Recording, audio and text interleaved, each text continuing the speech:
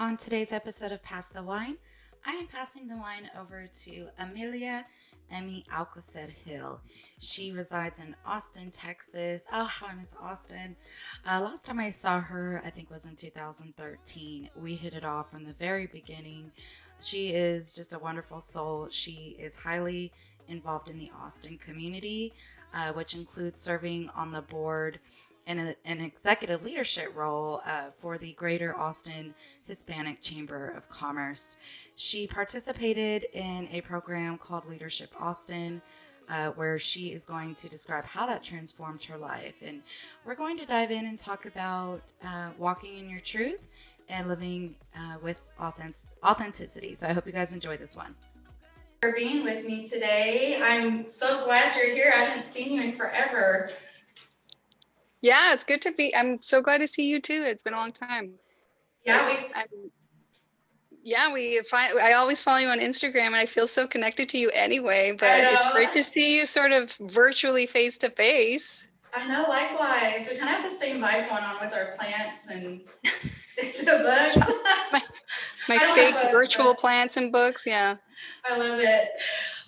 So let's kick off with just some funny questions. So let's break the ice with you telling me, do you have your phone with you?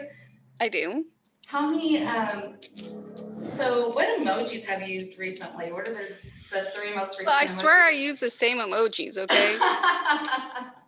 It's like someone, unfortunately, is always going to get like the laughing cat emoji, like the one where he's laughing and he's crying, or the cat with the heart eyes. Mm-hmm. Or the fire symbol. Or the fire symbol. That's it.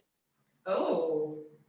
It's always the cat ones, though. Okay. I gotta stay on brand. I have to continue to stay on brand as a crazy cat lady.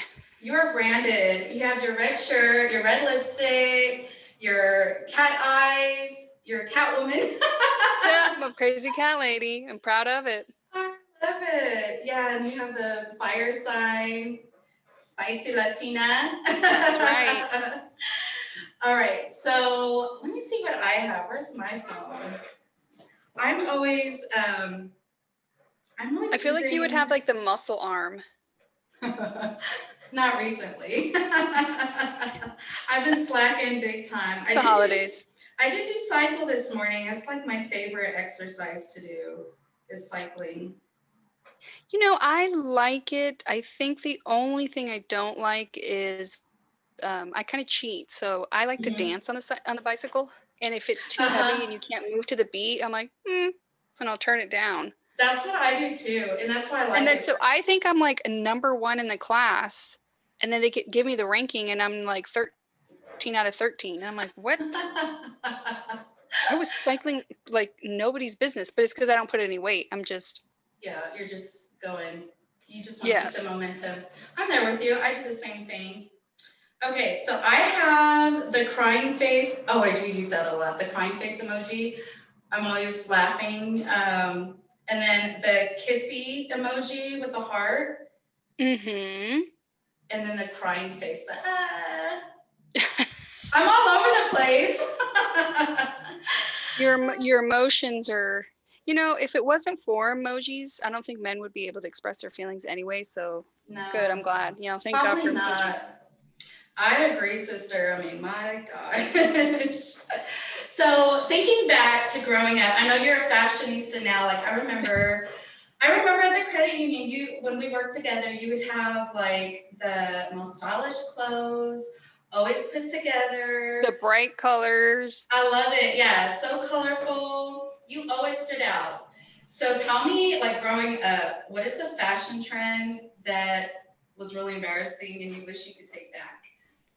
I think the only thing I can honestly think of, because this was a hard one. I mean, we didn't grow up with a lot of money, so I had a lot of hand-me-downs. Mm-hmm. And I remember having a hand-me-down from a neighbor that used to babysit us, and it was a pink cat, with the cats were sort of like puffy. Uh-huh. And I thought it was the coolest thing in the whole world because it was for my neighbor, and she was older, and I went to school with this like pink used rather large puffy cat shirt, and I thought it was really cool, and it really was not. And I also, obviously, I did I begged my mom for overalls so I can have like one overall strap undone Uh-huh.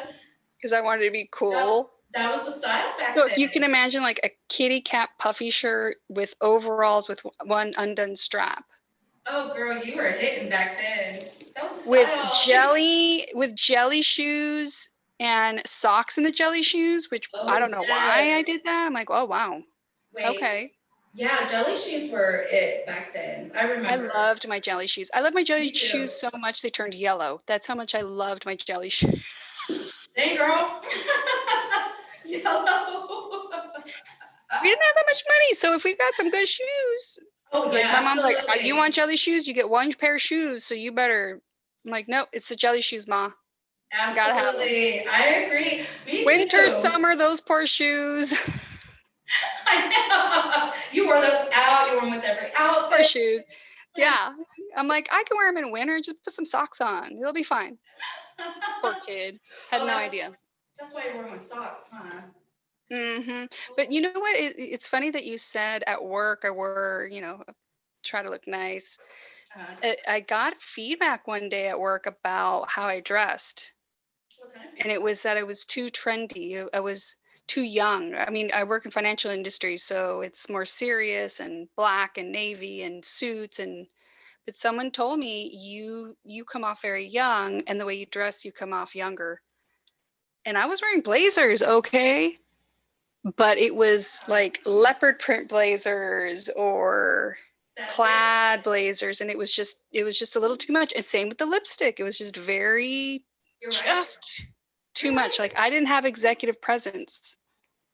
You know what? And that actually ties to our topic. We'll jump into that later, but that ties into, I think, one of the suppressions that I felt working at a financial institution is that I did notice my style started to tone down. It was more conservative. I was wearing big Yeah. earrings. Now I'm like wearing chandeliers. Like I don't typically, wear pearls or, but I did notice that too. I did feel like there was a sense of I have to tone down not maybe who I am, but had to tone my personality down a little bit, and that also included my clothes. So I can see that, It and was that like a makes sense. muted form. It was like asking for a little bit of muteness. And the weird thing is, I'm Mexican, so Mhm. I grew up where the houses are pink. Okay, like we Yeah, we moved to yeah. the United States when I was little, and so I was come from a Mhm. culture where houses are painted pink and orange, and your door was blue. And so I'll never Right. forget when an HR manager I had coral nail polish and said, "Wow, your nails are very bright." And then just even looking at leadership and seeing that they were in more muted clothes, their hair was short, the women's hair were short, Mhm. predominantly white. So it was sort of like, maybe this is just where I belong right here in this level. But Mhm. we could talk about that more later. But clothing, lipstick, color is something that I've been trying to push a little more as our company's getting more and more into DEI. I'm like, about time, y'all. But yes, I'm Wow. glad that we're heading in that right direction. Me too. Right side of history, Absolutely. right? Exactly. Wow. Okay, so speaking of when you were a little girl, what did you want to be when you grew up? Did you want to be Selena, or did you what did you want to be? Kind of. I think, I had a lot of personality as a kid, and my mom put me in an acting class at the El Paso Community College because she worked there. So Wow. we got to go to a bunch of free classes, and I went to like folklorico, art class, and then I went to an acting class, and I loved it. So I Wow. decided I was going to be an actor, Uh-huh. and yeah, no. What happened? Did you take acting classes or? I did that one time and I was like, I can do this. This is incredible. I could Uh-huh. totally be. And then I was like, You nah. kind of lost interest. Yeah, I lost, it kind of loses it. Now I Yeah. did work for a TV station right out of college and they threw me on Oh, camera a couple of times, but they do not get paid very well at all. I know they don't. Isn't that weird? Yeah, you would think so because of the public influence that they have, but you're right. Yeah, I was surprised to They don't find that make out too. anything. I know that's crazy. It's It is like crazy. it's like teachers, you know. Yeah, except a teacher actually deserves a lot more money, but As much influence as you have, well, absolutely, teachers should be get paid, like, I think more than a newscaster, but, yeah. All right, so, tell me, so I know you, and, we work together at a credit union in Austin, and we kind of hit it off right off the bat. We both yeah, have we did. colorful personalities, very driven, and have a strong work ethic. And so I think our approach to counseling employees and recruiting and what we were looking for in a team member were very similar. And so that, I think, jump started our relationship off the bat, just having that similar mindset and what we were looking for in a potential employee. So tell us about your story and how you ended up in Austin, Texas. Well, I guess it kind of starts with when my parents divorced when I was little. We were living in Mexico, and my mom's from the United States. My father lived in Mexico. So when we divorced, my mom moved to El Paso to be close to the Okay. border, obviously, so we could see family, and it would be easy to see family. And I was in El Paso for a long time. Went to New Mexico State, which is not far from El Paso. It's in Las Cruces. Mhm. And then I got a job at Wells Fargo. Okay. Yeah. Okay, so Wells Fargo and Wachovia were merging. Hmm. And so there was opportunities that presented themselves that were in El Paso. El Paso's interesting. It's a town where people kind of keep their jobs for long periods of time, Hmm. sometimes forever, because there's not a lot of opportunity. Hmm. And there was very little opportunity for me to grow. So I always loved Austin. I went to visit a couple of times, and I thought, this town's for me. It's kind Yeah. of weird and kind of like accepting of all. And Hmm. I, I I thought this is the perfect place for me. So I kept looking for opportunities that would present themselves in Wells Fargo, in Austin specifically, and Hmm. finally got a shot and got the job and jumped ship in 2009. So I've been here Oh, since 2009 in Austin. wow. That's crazy. That went by really fast. It did. I remember when you started at the credit union. What year was The credit that? union was at 2012. 2012. Okay. I do remember you worked at Wells Fargo. I was at Um, Wells and jumped from Wells to the credit union because the credit union made more sense. It aligned more with my core values, that's where right. Wells Fargo didn't. Yep. I They remember preached it, but that. they didn't. Yeah. Yeah, And I took a big absolutely. risk because I was on a good path at Wells. Hmm. But my gut was telling me this was right, and I kind of just Hmm. went with the gut. That makes sense. I mean, I remember recruiting, we looked for a culture fit more than your Yep. skill set. And we still Uh, do.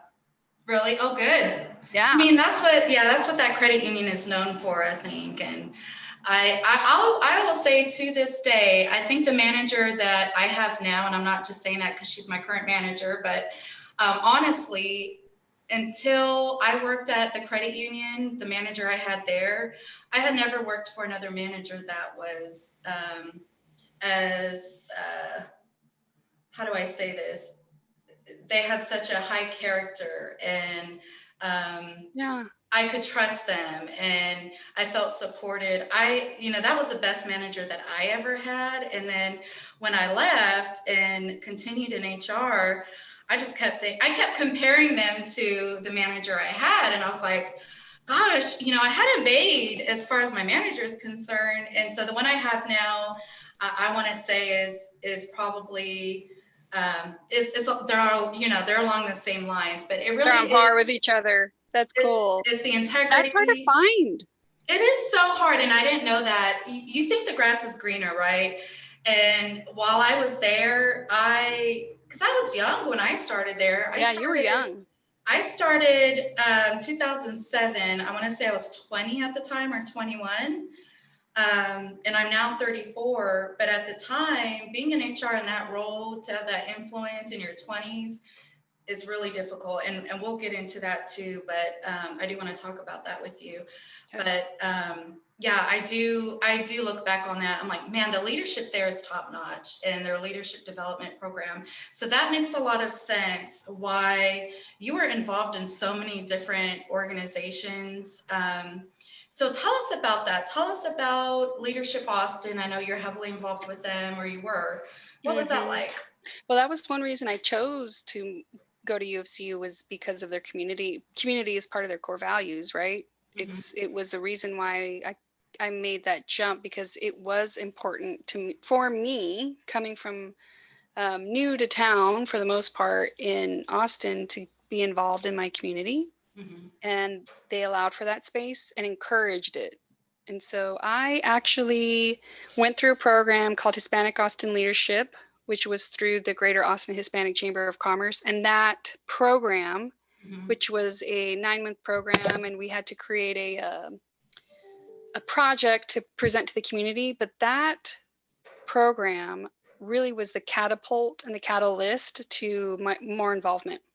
So it led me to getting involved with the Austin Young Chamber, and the Okay. credit union that I work at is very heavily involved in the Young Chamber, because I mean, our membership is young. The membership average age is 35, and it's University Federal Credit Union, which is UT's credit union, so it makes sense. Hmm. And I got involved with the Austin Young Chamber, and through some just, I always thought accidental falling, but I fell into a leadership role there at the chamber, at the Young Chamber, as board chair.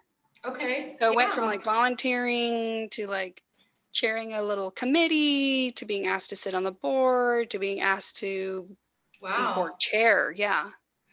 And I always thought it was because they could count on me. But the Hmm. interesting thing about volunteerism and just being out there for your community is, it is just about sometimes being a consistent voice, and a consistent, and just being consistent, period, like committing. Absolutely. Because you could say like, oh, I really want to volunteer, and it's work. It's still work. It's still work at the side of my desk. It's still work after 4 or 5 o'clock. Yep. But if you're consistent and you're always there, that's sometimes enough for folks to be like, wow, like that's just huge in and of itself. So That's so true. from did the Young Chamber, and then I got involved with Leadership Boston through the Young Chamber. And so Leadership Hmm. Boston specifically is leadership programs, and they have different sort of components or pillars. Hmm. And one that I applied for, because you have to apply and then you are admitted, is Emerge. And Emerge was kind of for emerging leaders, or leaders that are trying or igniting Hmm. some of their passions, and trying to figure out like, what is it that I want to focus on. And it was similar to Hispanic Austin Leadership, in that each month we talked about like, culture, finance in the community, or Hmm. housing affordability, or whatever. So it happened each month, except the difference was, were in how I got to understand my community, specifically the Latino community. Hmm. And Leadership Austin was the entire community at large. And then we didn't have a project. Instead, we honed in on our individual leadership skill sets as an individual. Okay. Oh, wow. It was a really great program, and I was connected to some really wonderful people, like-minded, Hmm. here to support the community, ready to get in the trenches, get their feet wet. And then shortly after that, I was an executive leadership team for the Go Red for Women. My grandma, and that's through the American Heart Association. My Okay. grandma had heart disease and had 2 strokes and a heart attack. So Oh, wow. it's one of the um, number one killers of women, and women have a different reaction to a heart attack than men do. Really? I didn't know that. Totally different. It's not like, oh, your arm's hurting. No, you know what it feels like? It feels like you're having a stressful day, and that's scary. Like you get kind of sweaty, or you're like, oh, it's been kind of sweaty. I feel a little tired or fatigued. It's a Yeah. totally different response that women have if they're going through a heart attack than men. And then the other thing that really bothered me was that women of color, specifically Black women, were Hmm. more prone, especially after childbirth, to heart conditions or heart attack. And Wow. that was really scary. And so I really enjoyed being part of Go Red for Women, trying to gain funding for that kind of programming. Hmm. I was also, I mean, I'm probably going to go on and on about this No, I community. want to know. Okay. Yeah, we need to know who you are and what you're involved in. This is It's like awesome. all my spare time goes to the community. No. Great. Then, I got involved with the Hispanic Chamber, and that's what I'm doing now. So I'm very much involved with the Hispanic Chamber of Commerce, and I'm on the executive leadership team. And just recently announced will be Nice. chair-elect Oh, for look the at whole you. board in 2021. So in 2022, I'll be board chair. And I love it. Alina, I was like really concerned because I don't, typically they'll have a CEO or VP that's the board chair. Mm-hmm. Well, I'm young. I'm not a typical chair. I'm Hey. female and I don't have the title that they normally have, but Mm-hmm. they said no, we see a rising star and we see a someone who's doing Wow. it for heart. We don't care, not chasing the title, or you're chasing it. You're chasing your heart. Well, that And says I a was lot like, about, okay, that says that's a lot cool. about, yeah, that says That's a lot really, really about, cool. mm-hmm. But going back to Leadership Austin, I also did their Emerge program. Yeah, tell Or, us about or that. Emerge, excuse me, I already said Emerge. And then I went through the Essentials program. So Emerge is for sort of you're trying to discover and trying to ignite your passion and understand Mm-hmm. what is it that I want to do as an individual leader and Mm-hmm. my contribution. And then Essentials is more about sort of an established leadership and how you can spread your impact Okay. by having more, different connections, diving into the community issues, but much at a much deeper level, Mm-hmm. and seeing where you can have some influence. And in that program also was Beyond Diversity. It's a Ah. program in that program was a conversation about really difficult conversations about race and systemic racism in our community. Mm-hmm. And during that program, I discovered a lot of things. But one thing was a tool to help me work through different components of if someone's coming with no knowledge of institutional systemic racism, someone with full knowledge or is living through it, Mm-hmm. uh, new discoveries that I didn't even think of, understanding my own white privilege. I mean, it was Yeah. intense. Really? How long was it? It was 2 days, What? only 2 8-hour days, but it was so incredible. I highly recommend it to anybody. And I think the program's not just in Austin, it's Beyond Diversity. You just can look it up and I think you can somehow get Oh, okay. access to that program. I mean, obviously there's a fee, but Mm-hmm. it was incredible. And I swear every company in the world, in the United States should, especially now, Mm-hmm. should encourage, especially executive level leadership, to go through that kind of programming. Now tell us about it. Is it a seminar for 2 days? It is. What's the layout? It is. It's. There's a gentleman that facilitates conversation. Mm-hmm. That he'll share information like it's like a gradual process of understanding and peeling off the layers of um, cultural biases. It's peeling the layers of how the United States kind of got where it is today, how the system is built for very specific races on purpose, and not just race, but also for men. I mean, it's very blunt, like Yeah.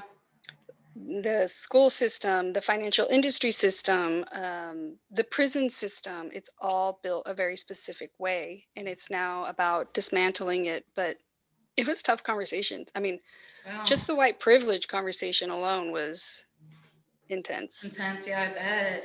I So mean, you got to be ready. how would someone get involved in that? How do you sign up? So you could do it through Leadership Austin because they'll have the programming and then you'll just go through them to do it. So that's in Austin. Mm-hmm. But if outside, since you're in Dallas, Google Beyond Diversity, and I'm happy to share the link with you, but Okay, Google yeah. Beyond Diversity, and they should have the ability to have courses either facilitated, paid, or recorded. Oh, But it's awesome. better to do it with people. Oh, I bet. You have to do it with people there. You just have to. Yeah, you need that really, interaction. Yeah. You know what big thing I learned?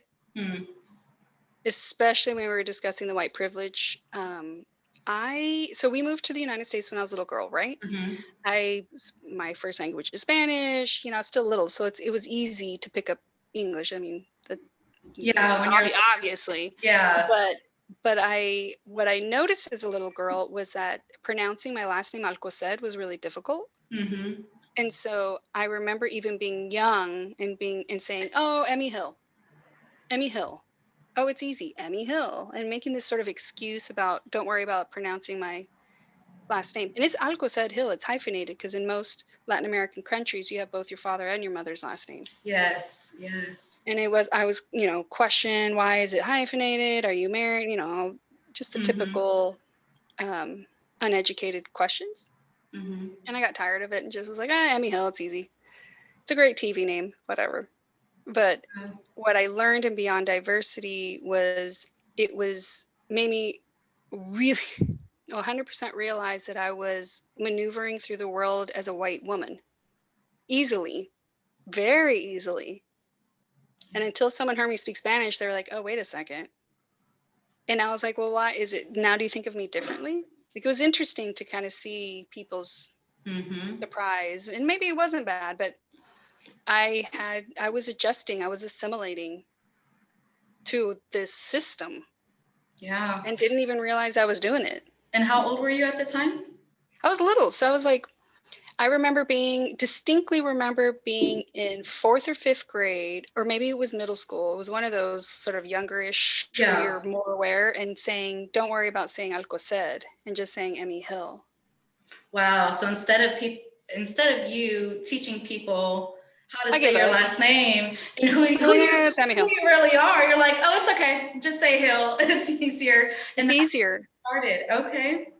Wow. But then, obviously it's easy to go through the world as Emmy Hill, and I look, culturally ambiguous. You're like, yeah, sure, she looks white. But I've been pushing that envelope since that program because I cannot be tired anymore. I have to have the stamina and the strength to say, actually, there are different people. Actually, I am Mexican American. I'm half Mexican. I'm half white.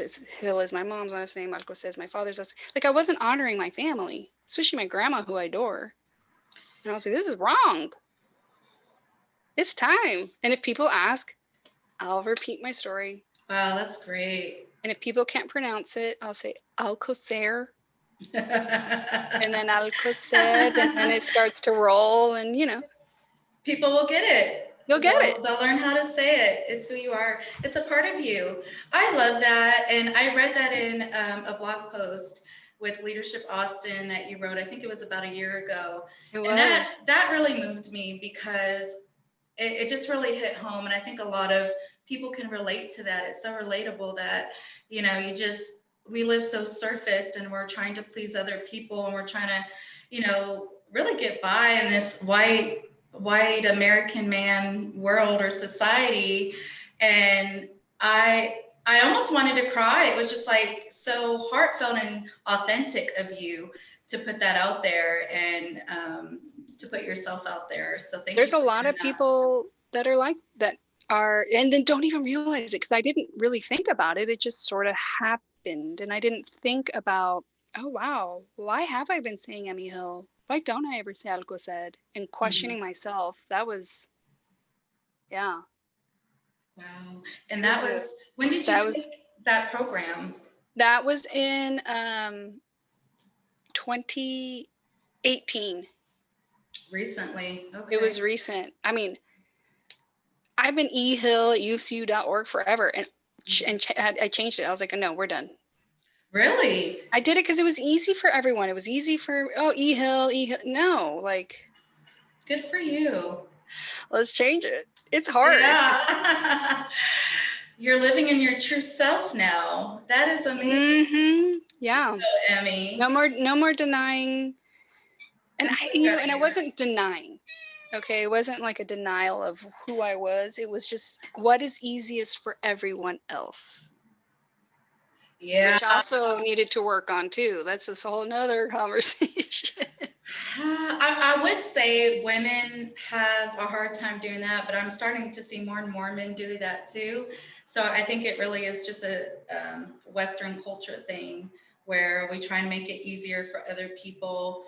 So my mom is from Japan and Okinawa, and in the Asian culture, they are submissive, but I'll tell you, they're like not aggressive, but they're very firm on, okay, this is what I want to do and what they believe in. And they don't spend so much time worrying about what other people think. So I think it might be a Western culture. Well, Um, and it's more about the family and the importance of family and the respect of the family, not individual. It's not about the individual. We're like United States is an individualistic society, and it's all about like, what am I yeah. getting? How am I looking? What am I doing? I. It's never about a Mhm. reflection of the family. Yeah, absolutely. So I remember one thing that stood out to me, or one lunch that we had, I think we had an interview that day, and then afterwards we went and had lunch. Yeah. You were a branch manager at the downtown location, Yep. which I would make every excuse to my manager to go to go down there. I'm like, I have to meet with Emmy because we are going to interview this person. Yeah. And then I'd say, do you want to have lunch? Do you want It was to? so fun. I loved being I down know. there. Oh yeah, it's I love downtown Austin. I've heard it's gone through some changes recently, Hmm. but yeah, me too. So I remember one conversation we had where we were very open with each other. I don't know if you remember this or not, but Yeah, I do. we talked about We were sitting kind of outside. we were sitting outside, and I really don't know how we began talking about it, but you and I are very transparent, authentic, genuine people. I think we were just talking about life in general, and we started talking about being abandoned as girls, and Hmm. how our fathers abandoned us, and then how that transpired to who we are today, and why we're so independent. And then we started talking about that, and I do see a lot of correlations between that, as far as right now, even though I'm married now and I have kids and I have a supporter, I still have that ingrained in me, like I have to support the family, I have to be independent. It's really, really tough for me to let my guard down and let him be the man, of the Because family. you weren't able to count on that. Never, I mean, it's never. ingrained, especially when you're little, when Yeah. your world as a small child sort of falls apart and you Yeah. don't have the words to be able to say, this is what I'm feeling, or this is what I'm going through, or what is happening, or even understanding what's happening. Yeah, Right. it's hard. It is hard. So can you tell me like how, because I know with me, there's so many ways it's affected me, in my personal relationships, and then also really in the workforce too. Are there some things that you can think of based on that Oh, that have yeah. affected you in the workplace? It's interesting. And by the way, like anybody who has ever felt abandonment or has gone or been like a fatherless daughter or motherless son or whatever needs to go to therapy. Absolutely. Actually, anyone should go to therapy because it's excellent. But Definitely. one thing that I recognized from abandonment was this idea that I wasn't good enough. Hmm. Like a general thought about I'm just not good enough. Period.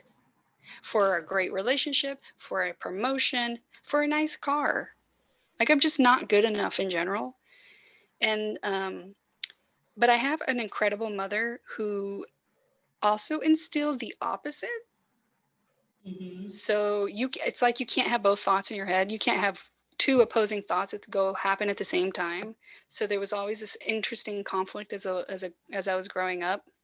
But one thing that I had to overcome was that I couldn't do it, or the fear of not taking on something. So for example, a leadership role, when someone's like, hey, we see this in you, have you considered this? And I was really comfortable as an individual contributor. Why would I even bother? I can't do it. I don't know how. I'm not good enough. But Yeah. something separate told me, just do it, see what happens. There's this underlying drive also that helped me realize, especially coming from my mom, who's extremely independent, that also instilled that independency that said, like, yeah, you can do it and do it. Hmm. But all those little weird messages that kind of come in, like, I'm not good enough, I can't do it, that comes from a past. That comes from, my father didn't think I was good enough. At least my little mind thought.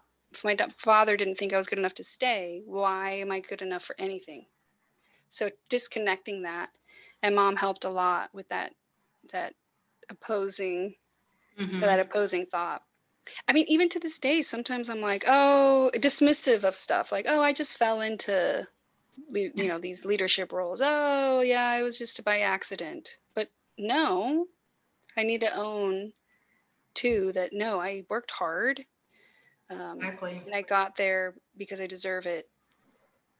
And I Hmm. deserve it not in a way from a ego perspective, but from I gave my energy, I gave my heart, I gave everything so that that abundance is coming from a good place, Yeah, it's right? like I think any experience that you have growing up, whether it's an abandoned father or an abusive family, or whatever trials that you faced as a child, you can grow up to either follow that path. If you have an alcoholic parent, you can follow in their footsteps, or come out on the other side like we have, where we refuse to be let that define us. And like you said, therapy is really important. If you suppress it and keep it bottled in, it's always going to be there, and it's always going to affect your life. Hmm. And to let that out, sometimes you just need an ugly cry, you need a vent, I mean, crying is so good for the soul. And you need the And tools though too. There's another part. There you need the yeah. tools to help you get through Hmm. replacing the messages. Like for me it was replacing the message of I wasn't good enough to no, no, no. Hmm. That's little Emmys talking. Exactly. I think Totally. Eckhart Hmm. Tolle, I think it was his book, where I read this, where he said that that voice, so when you're talking to you have a thought, and that voice that's talking to you is your true authentic self, right? So you're thinking about something, but then that other voice that's like telling you what to do, or no, Alina, or no, Emmy, that's your true authentic self. And your ego is usually the first one that comes up. And I always think about that. And yeah, I do know, as for myself, I'm such a hard worker, and I'm so driven because I'm trying to prove to myself that I'm valuable. Yeah. And It's the same. Yeah. yeah, but it's who I am now. I just, that's who I am. But realizing that's a huge step, and And I that's think that's the okay first. though. Like I kind of sometimes I take that as a positive. Like, okay, fine. I Mm-hmm. spoke to my father like what maybe a handful of times in my whole life. And by the way, Mm-hmm. my father passed away last May. So I Oh, never actually got I'm to sorry. tie or close things. However, the Mm-hmm. interesting thing is I feel like we might have a different relationship now, if that makes any sense, where he isn't fearful or scared because I think he lived in a place of fear Mm-hmm. and that's why he never reached out again or whatever issues that he had. But now it's a different relationship. Now he's seeing me from a whole nother. He's seeing all of me, and he's seeing I'm actually okay and flourishing without having had that father that I Mm-hmm. desperately wanted and needed. But yeah, Yeah. so it's a different relationship. It's really interesting. So have you noticed if that affects your leadership style in any way? I'm I I I'm guessing because of um, what I have been through. I recognize people's messages when they're whatever they're telling themselves. Mm-hmm. I can see it immediately. I'm like, you're telling yourself that you can't do it. You're telling us you're having doubt. I see it. Stop. And then I remind them and encourage them. This is what you've accomplished. This is what you've done. You need to keep going forward. Look at this amazing outcome that you've done. Look at your strengths. And they're like, oh, wow, okay. I recognize it immediately. I'm sure you do too. You could see it a mile away when someone's having doubt or doesn't feel valuable. Mm-hmm. Yeah. Oh yeah. I'm like, part of me kind of thinks, well, how would I have been different if I hadn't been? Maybe I Exactly. wouldn't be I think as that too. empathetic or Mm. open or I mean, who knows? I wonder that too, but I'm just glad I am who I am, because I think I'm a pretty good person. You are. You're a real good person. Uh, Thank you. I do remember, so another thing that stuck out to me is how much your staff loved you at the branch. I remember there were times when I would think, okay, is she too friendly? But you always, I thought, had a hold on the boundaries that you had with them. Yes. But they really And looked they up knew to you. it. No, they call me Emmy the Velvet Hammer Hill. What? They called me that. They call me Emmy the Velvet Hammer because I had boundaries and I had expectations and I expected a lot from them, but I expected the best of them. I didn't expect more than what they could give. And I'll never forget I had somebody say, like, I'm just a teller. I'm like, oh, really?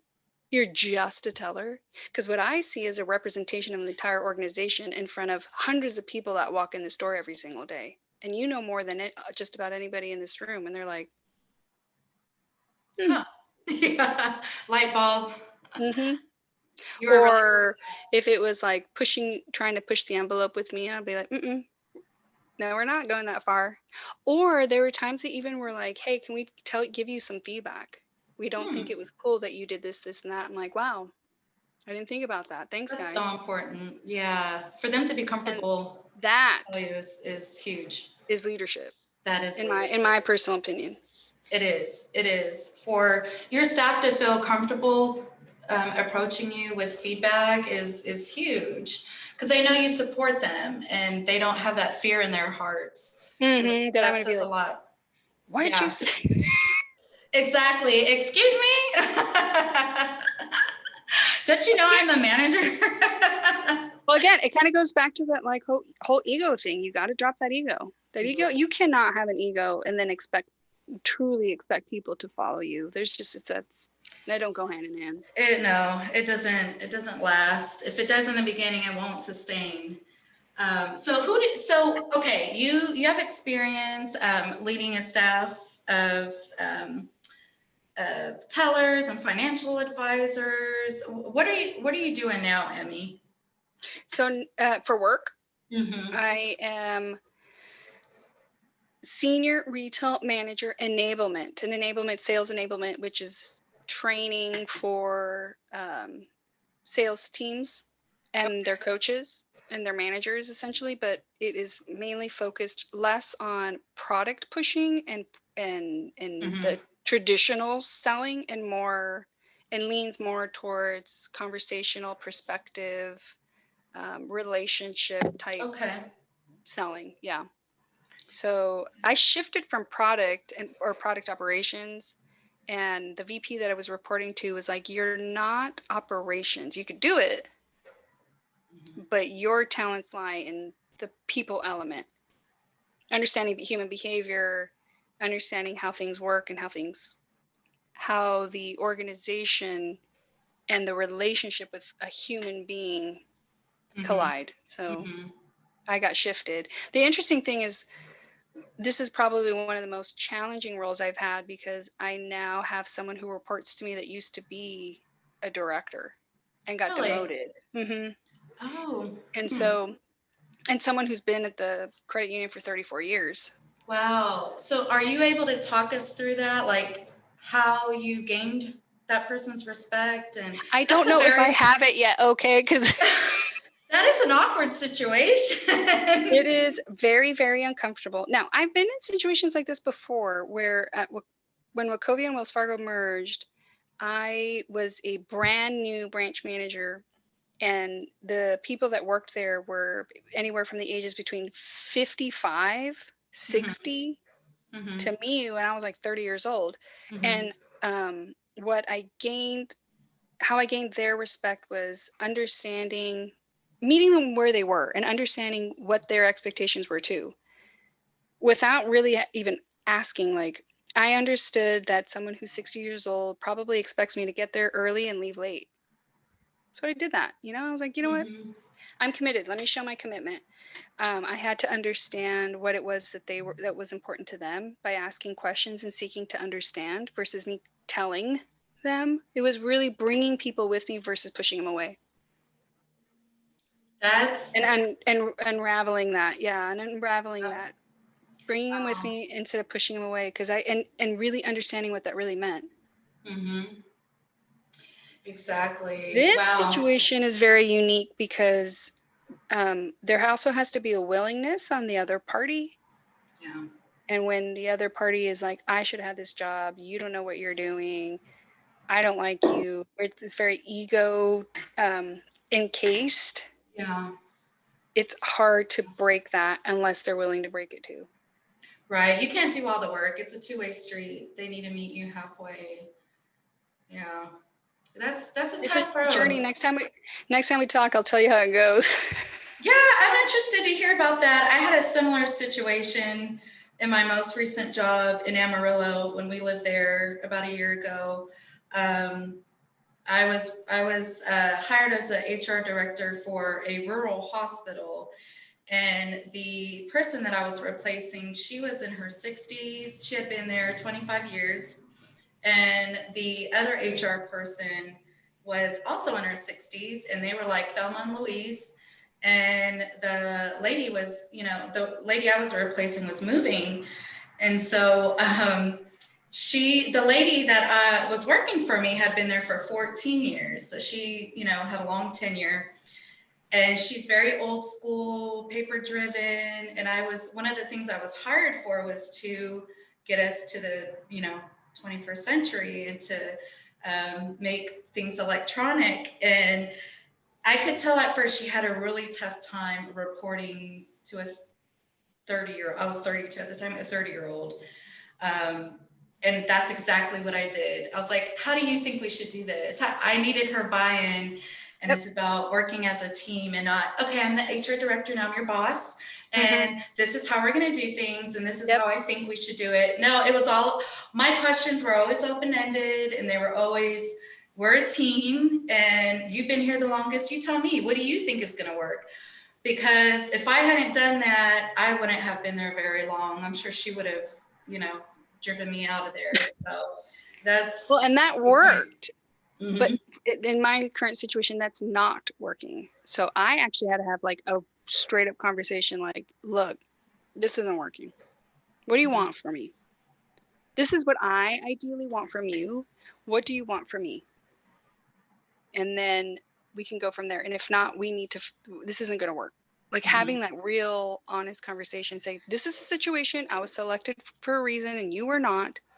This is what's happening. Yeah. It's not going to change. What do you want to do? Yep. Do you want to move forward? Yes. Good. Let's move forward. Yeah. And if not, I mean, yeah, we have an issue here. Anyway. Yeah. Okay. But I'm like you. I really like this idea of women. And I get it. Like, imagine being, 55 or 60 and you're no longer at this level, and it seems like you're either moving down or someone else younger is being picked for whatever reason. Yeah. But what I've witnessed is instead of self-reflection, it's more of, oh, that's your fault, their fault. And I think that's really important. You have to stop sometimes and think, what could I do, or what could I have done differently? Yeah. Actually, listen, do you know who Pharrell is, right? Pharrell? No. You don't know? Yeah. Okay, yes. I'm like, okay, maybe she's living. Okay, I heard something else. I totally heard something else. My bad. So I listened to an interview with Pharrell Williams recently. Yeah. And he talked about that exact thing and he's so humble too. He's like one of the most humble guys you'll meet. And he's like one of the top producers. And he's like, I'm not God, so I'm not the best. And there's so many other people out there that are more talented than I am. So anyways, he was talking about that exact thing, about how one thing he does want to change within himself is to be less focused. And it reminded a lot of myself too, like being so focused in on what you're doing and focusing more out and looking at the bigger picture, because I know I've been guilty of that. I've been so focused on what I'm doing, what I did right, what I didn't do right. And that humility aspect does come into play when you have to own up to your mistakes. And I think I've always been good about that, but could be better as far as looking at it from a larger scope, not only professionally, but in my personal relationships too. Like a girlfriend and I recently had an argument, And I really value our friendship. And so at the time, in the heat of the moment, I was thinking about my side of it and how to me, was right in this situation. And how could she think this? And how could she do that? And I'm not a fighter. I'm pretty even keel. I'm pretty laid back. But when I believe in something and I know I didn't do something wrong, that's when I can be like pretty hard headed. Right. Passionate. Yeah, and so in those moments, just taking a step back and looking at the bigger picture and thinking about, okay, they're probably feeling this way and thinking this way. Is it really worth it? How do we move forward and resolve this with? And I may not be right, and that's okay. I don't Well, need to. that's actually a great point because it's also understanding. Like, I had a friend who stopped following me on Instagram because I was posting stuff about social injustice, Black Lives Matter, women's rights. And I was like, how would you not want to follow me? That's like Yeah. incredible content, but okay. What's Anyway, wrong with you? and so she told me, I said, what happened? And she said, I only need positivity in my life right now. And it feels like everything that you're posting is very political. And I'm like, social injustice and equal rights? Okay. No.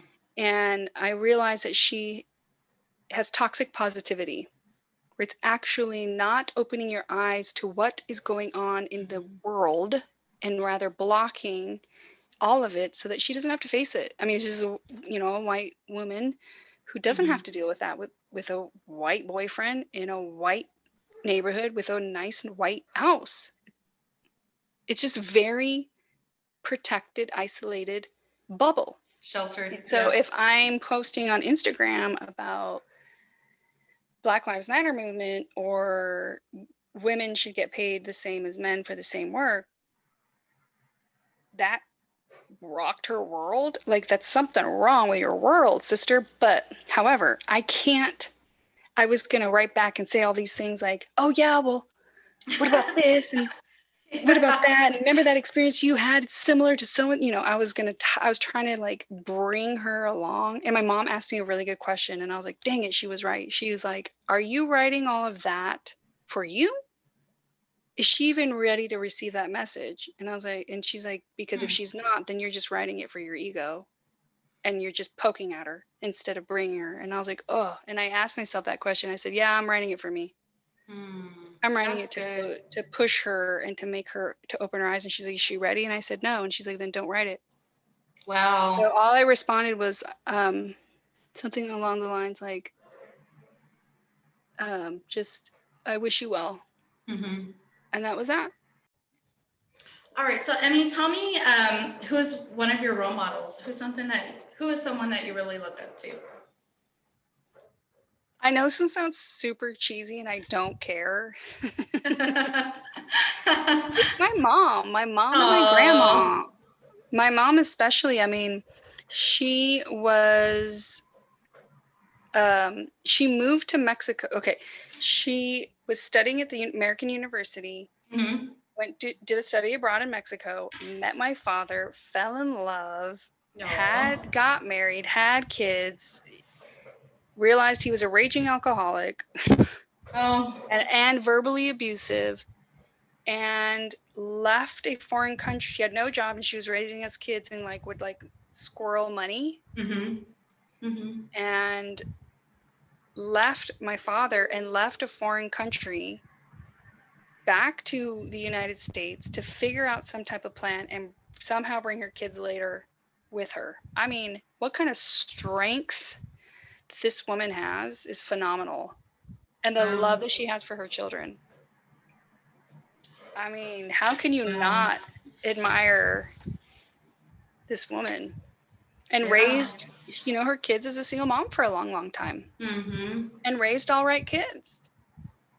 Wow. And also, slightly damaged kids because we never saw her father. And back then, nobody knew about mental health or issues that would happen when you grew up. And she's incredible.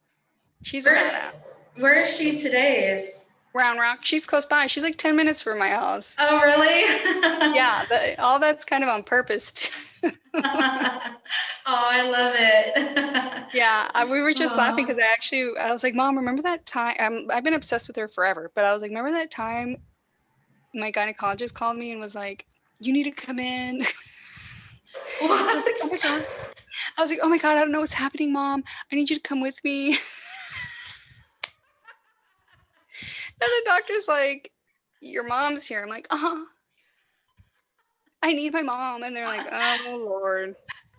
You're one of What's those. wrong? You're one of those. What's wrong with her? This poor 30-something-year-old woman bringing her mom along. Oh, that's hilarious. You know, if my mom lived here, we'd probably be doing the same thing, so I can't talk. Yeah. Yep.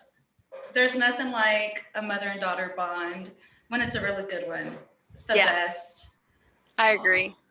I love it. I totally agree. But yes, I admire her the most, just absolute most, and probably followed by my grandmother, my abuelita. No, I can tell. I can see a lot of. I can actually. You guys look a lot alike. You Really? resemble her. Yeah, I think so. I've seen pictures of her on your Instagram. She's always smiling and Drinking. Oh, is she? I didn't notice that part. She is. Okay, she's 90 now, my abuelita, and she'll be 91 in May. But she tells me, I don't smoke. I'm like, oh, okay. You don't smoke. That's fine. She's like, but can you buy me a pack of cigarettes? And I was like, yeah, of course. And she's like, okay. And then she'll tell me, she's like, I only smoke Monday, Wednesdays, and Fridays. I'm like, look, abuelita, you're 90 years old. Who cares? At this point, do what Just you want smoke to every do. day. I know. She's like, no, I don't smoke. I only smoke Monday, Wednesday, Friday. I'm like, okay. That's funny. I'm not a smoker, but on Mondays Buy me a and pack of cigarettes.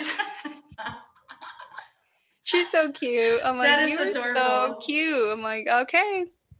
And then she'll be like, I'm not. I only like drinking a little, or she'll say for lunch when I go visit, she'll be like, should we have lunch? I'm like, yeah, let's eat lunch. And she's like, should we have like a beer with lunch? I'm like, yeah, we should.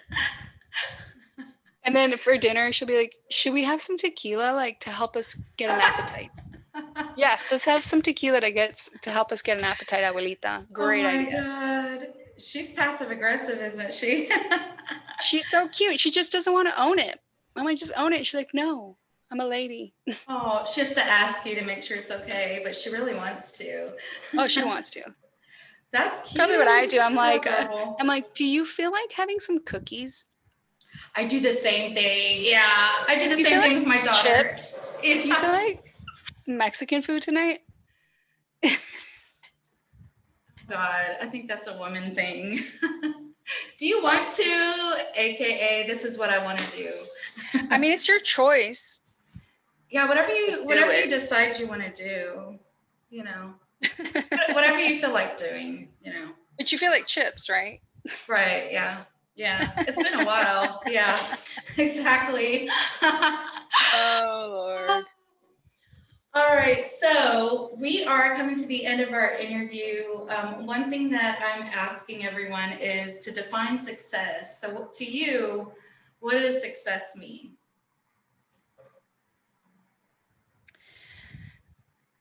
I honestly, and I don't know how this is going to come across, but I think success is when the people around you and the communities around you are flourishing. That is success. And if you were a part or you contributed to that somehow, then you were part of that success. That is success. You're a true leader because it's about the team. It's about the people. No, it is 100% has nothing to do with you anymore.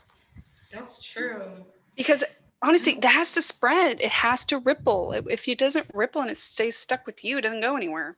Exactly. It's no longer about you. Yeah, it's what is the common goal?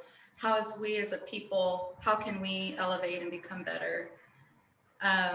Is there how do we evolve? Yeah. How do we evolve together? Yeah. And not seeing, you know, I mean, we have so many different experiences and backgrounds and leveraging those backgrounds to get us where we need to be to, you know, reach our common goal. So absolutely. Exactly.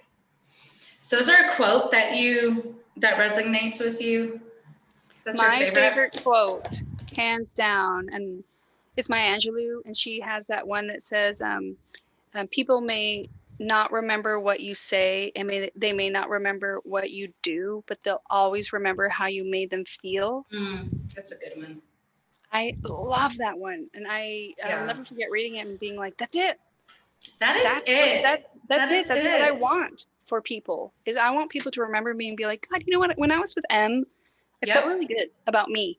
I felt really good about where I was going or what I was doing or what I was saying. Like I want Yeah, it's that. so true. It is so true. Your energy is everything. I mean, I'll remember like bits and pieces of what you said, but it's so true. You remember the person's energy. You remember Yeah, how the comfortable you were with attitude them. Yeah. they I think felt. that's why we can pick up too where we left Yep. off. Like it might have been quite some time, but I Mm-hmm. know that if you were here in Austin or if you were like, hey, we should hang out, I'd be like, yeah, it would Mm-hmm. be literally Yeah, how it always was.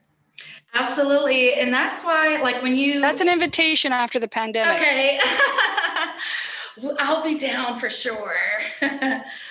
I love Austin. I miss Austin very much. Yeah, that is so true. It's like those really good friends that you have that you don't talk to for years, and then you talk to each other because your energy never changes unless, you go through something traumatic, but you're always going to be who you are. And I do Pretty believe in that. much. Mm-hmm. You Yep. don't really change much. I mean, you evolve, but I don't know if like at the core you change a whole lot. Unless something just profoundly happens where you're like, wow, what did I do? Or yeah, I agree. Yeah, the It's good. core. I was actually telling my daughter yesterday, what were we looking at? I think we're watching like a criminal show on the ID channel. Yeah. Have you ever seen that? The Uh-uh. ID channel? But I know, but I love all those shows. Well, I was telling her, I said, isn't it interesting? Oh, no, no, no. It wasn't that. We were watching The Bachelorette, the finale. Well, there's 2 episodes. It's tonight and last night of the finale. And she got me watching it again. I went years without watching it because I kind of tapped out, but she got me hooked again. And we were going through the last season, and she was showing me who she liked, and then the guy that was at the end that the girl chose, but he ended up only being there for his music career.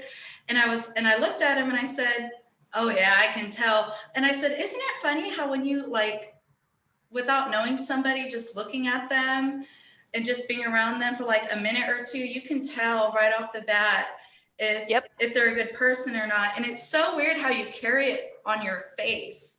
Like you can see somebody's face or look in their eyes. Unless And you're a really good reader, though. There's people who can't read that. You might be able to feel you're one of those unique. Well, maybe.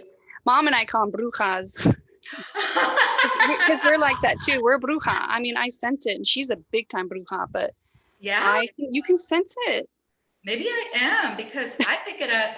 I'll look at their picture and I'm like, no, Mm-mm. no, they're not. And I'm always right. Like my gut is so spot on.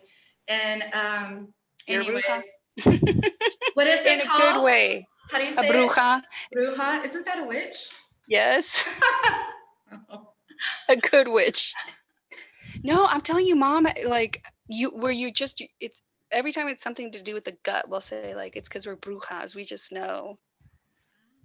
We're taking that word Yeah. back. It's a good word. Trust me, it's good. Okay. Yeah, I don't know if I want to call myself a bruja, but I guess it's a good thing. I said, oh, wait, a bruja. I don't think I'm gonna call myself bruja, but I like it. You can call me a bruja, but that's it. No, you're an empath. You get it. You can sense people. You're an empath. You can sense people's energy, and Yes, very much so. Very much so.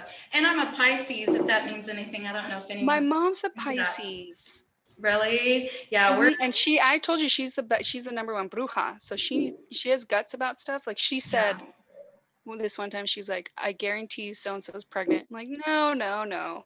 Oh yeah. Sure enough. That is so true. And it's always in my dream. It comes to me in my dream, and my poor husband's Pisces. probably so tired of this, but I'll be like, I had a dream last night about such and such. And a couple months later, it'll happen. Mm-hmm. That's mom. Mom's a Pisces. Yeah. Same thing. I'm an Wow. Aries, but since my mom's a Pisces, I've got a Pisces house. So I love Pisces. Yeah, we're very sensitive and we're very hypersensitive. Yes, very. Yeah. Oh, You're very interesting. hypersensitive. So I'm is gonna mom. put that in my IG bio. I'm a bruja. I'm a bruja on the side. Part-time bruja. I love it. Nothing passes me. I actually have a T-shirt that says bruja on it. Oh, really? I need to get one. Stephen Rankin got me. I love it. Oh, nice. Yeah, I need Stephen to get DeBose, one. not Rankin. Stephen DeBose. Oh. But anyway. Steven, he's a good guy. I miss him. I haven't seen him in years either. He's doing he's doing big things. I saw he's like director of film screening. Living his dream. That's awesome. Good for him. Well, thank you, Emmy, for chatting with me. Thank you. So good to see you again. And if I'm ever on my way to Austin or if we make a trip out there, I'll be sure to text you and let you know. Please do. After pandemic. Absolutely. Stay safe. You too. Thanks for your happy time. Holidays. Happy holidays too. Have fun with the girls and with your family. It's gonna be so fun. We will. Are you gonna be with your mom? Are you guys spending it together? together? I'm quarantining. I've been quarantining for weeks so that I can be with them. Oh, good. Okay. Gotta get through this. I know. Can't wait for 2020 to turn 21. Yeah. So we can start drinking. Just kidding. I saw that meme and I loved it. Oh, I think I saw that. Was it on, what is that? El Arroyo. Yes, I love those signs. They're creative, whoever makes those signs. Oh my God. Someone a lot smarter than I am, but. Yeah, there's no way. I love it. Yeah. Well, thank you so much, Emmy. Thank you. Miss you. Stay safe. Happy holidays. Thank you so much. Happy holidays. All right. Bye-bye. See you soon. Bye. Bye.